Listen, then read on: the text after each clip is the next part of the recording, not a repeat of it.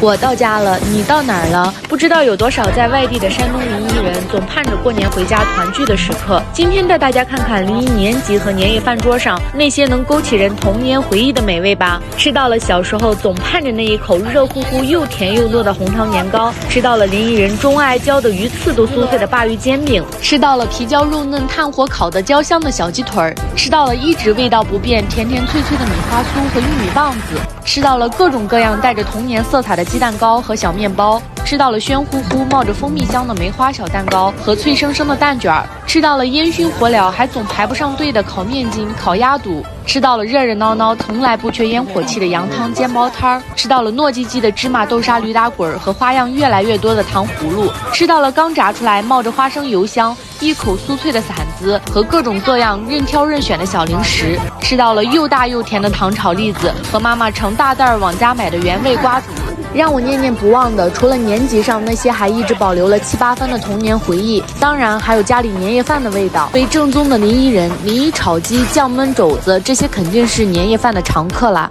我妈妈呢，就是不太会做那些当下比较流行的菜式，每年过年的年夜饭基本上都不会差太多。但是正因为如此，年夜饭的味道在我的记忆里一直都是如此，从未变过。这一盘是香辣可口的展翅高飞，这一盘是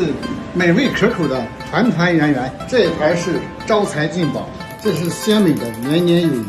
当然了，过年回家想的是家里热闹的年味儿，赶一赶热闹红火的大年集肯定是回家的必备行程。吃一吃小时候总跟着妈妈去的农村大席，大席菜的味道好像不管自己去哪个菜馆都不可复刻。辣椒炒鸡、大肘子、清水丸子、卤牛肉，不管是哪一道，都好像把味道刻在了名为家乡的味蕾清单上。再重新逛一逛那些小时候远远经过就刻在脑海里的地方，临沂电视塔不管经过这里多少次，总能勾起小时候零星的记忆。那时候远远望着就想着什么时候自己也能进去看一看，这或许就是家乡味道，也是游子们盼了多少个日日夜夜的时刻。人间至乐是家乡啊